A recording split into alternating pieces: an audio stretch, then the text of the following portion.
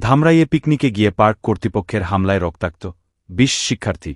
ঢাকার ধামরাইয়ে পিকনিকে আসা শিক্ষার্থীদের ওপর হামলার অভিযোগ উঠেছে আলাদিনস পার্ক কর্তৃপক্ষের বিরুদ্ধে। এতে অন্তত ২০ শিক্ষার্থী রক্তাক্ত জখম হয়েছে। হামলাকারীরা শিক্ষার্থীদের ৮টি বাসে ভাঙচুর ও লুটপাট চালা। খবর পেয়ে পুলিশ পরিস্থিতি নিয়ন্ত্রণে নেয়। বুধবার বিকেল ৫টার দিকে উপজেলার কুল্লা ইউনিয়নের সিটি এলাকার আলাদিনস পার্ক এলাকায় এ ঘটনা ঘটে। রাজধানীর মিরপুর থেকে বনফুল আদিবাসী গ্রিন হার্ট স্কুল ও কলেজের ৬ শতাধিক শিক্ষক-শিক্ষার্থী এ পার্কে পিকনিকে যা। পুলিশ আহত শিক্ষার্থী ও স্থানীয় সূত্র জানায়, দিনভর হৈহুল্লোড়ের এক পর্যায়ে শিক্ষার্থীরা পার্কের সুইমিং পুলে নামে।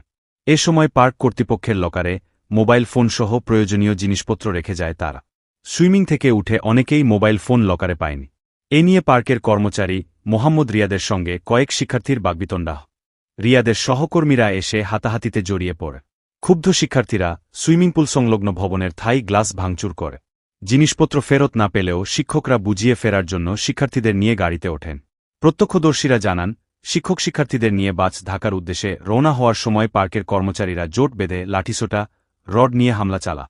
এ সময় এলোপাতাড়ি আঘাতে অনেকের মাথা ফেটে যায়, পা ভেঙেছে কয়েক শিক্ষার্থী। আতঙ্কে কান্নাকাটি করে শিক্ষার্থীরা। অনেকে গাড়ির মধ্যে জ্ঞান হারিয়ে ফেল। শিক্ষকরা চেষ্টা করেও হামলাকারীদের নিবৃত্ত করতে পারেননি। তারাও মারধরের শিকার হন। এ সময় পার্কের কর্মচারীরা গাড়িতে থাকা ব্যাগ, মোবাইল ফোনসহ বিভিন্ন জিনিসপত্র নিয়ে যা। খবর পেয়ে পুলিশ এসে পরিস্থিতি নিয়ন্ত্রণে আন। গুরুতর আহত ৬ শিক্ষার্থীকে সাভারের এনাম মেডিকেল হাসপাতাল ও একজনকে ঢাকা মেডিকেল কলেজ, ধামেক হাসপাতালে ভর্তি করা হয়েছে। বাকিরা প্রাথমিক চিকিৎসা নিয়েছে।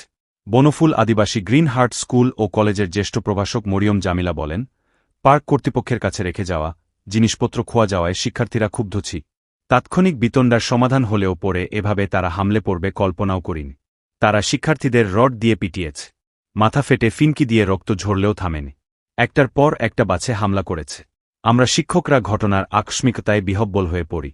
কি করব বুঝতে পারছিলাম না। পুলিশে জানালে তারা এসে পরিস্থিতি নিয়ন্ত্রণ করে। পরে আমরা সন্তানদের দ্রুত চিকিৎসার ব্যবস্থা করেছি। হামলাকারীদের গ্রেপ্তার করে শাস্তির দাবি জানান তিনি।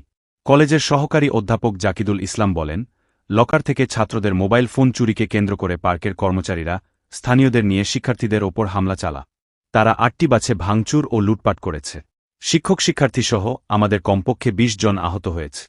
তবে হামলার অভিযোগ অস্বীকার করে পার্কের মালিক আলাউদ্দিন বলেন, লকারে রাখা মোবাইল ফোন চুরির অভিযোগ এনে পার্কের কর্মচারী রিয়াদের সঙ্গে বাগ্বিতণ্ডা। পরে কয়েক কর্মচারীকে মারপিট ও পার্কে ভাঙচুর চালায় শিক্ষার্থীরা। এতে প্রায় ১০ লাখ টাকার ক্ষতি হয়েছে। হামলার মিথ্যা অভিযোগ করা হচ্ছে।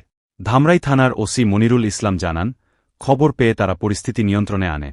অভিযোগ পেলে তদন্ত করে আইনানুগ ব্যবস্থা নেবেন।